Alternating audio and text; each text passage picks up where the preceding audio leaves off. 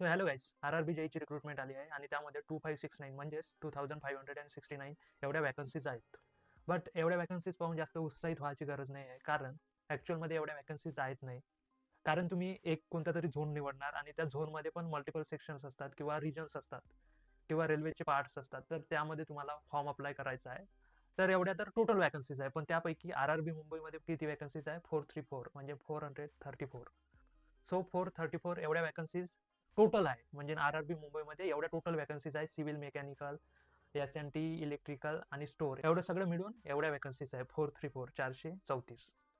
तर आर-आर-बी मुंबईमध्ये 318 एवढ्या जाग्यावर इलेक्ट्रिकल इंजिनियर कम्पीट करू शकतात. 318 ह्या टोटल आहे. म्हणजे त्याच्यात मेकॅनिकलमध्ये जे इलेक्ट्रिकल फॉर्म भरू शकतात, स्टोअरमध्ये, एस-एन-टीमध्ये इलेक्ट्रिकल फॉर्म भरू शकतात आणि कोर इलेक्ट्रिकल तर भरू शकतात. तर तेवढ्या 318 जागा आहे फक्त.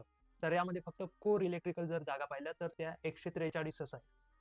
तर आर-आर-बी मुंबई पुन्हा 3 रेल्वेजमध्ये डिवाइड आहे. सेंट्रल रेल्वे, वेस्टर्न रेल्वे आणि एस-सी-आर म्हणजे साऊथ सेंट्रल रेल्वे. तर साऊथ सेंट्रल रेल्वेमध्ये साऊथचा भाग मोस्टली आहे त्यामध्ये आणि त्याचं हेडक्वार्टर सिकंदराबादमध्ये आहे. वेस्टर्न रेल्वेचं हेडक्वार्टर मुंबईमध्ये आहे आणि सेंट्रल रेल्वेचं हेडक्वार्टर मुंबईमध्ये आहे. तर तुम्ही सेंट्रल रेल्वे म्हणजे पूर्ण आपला महाराष्ट्र कव्हर होतो आणि जे वेस्टर्न रेल्वे आहे त्यामध्ये महाराष्ट्र प्लस गुजरात कव्हर होतो.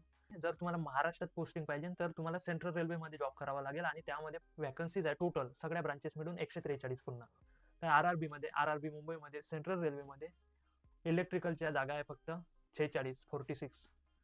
तर तुम्हाला आर-आर-बी मुंबईमध्ये पोस्टिंग पाहिजे नसेल आणि फक्त महाराष्ट्रात पोस्टिंग पाहिजे नसेल तर तुम्हाला या 46 जागामध्ये यावे लागेल. सेंट्रल रेल्वेच्या जागामध्ये यावे लागेल. एवढ्या वॅकंट जागामध्ये यावे लागेल.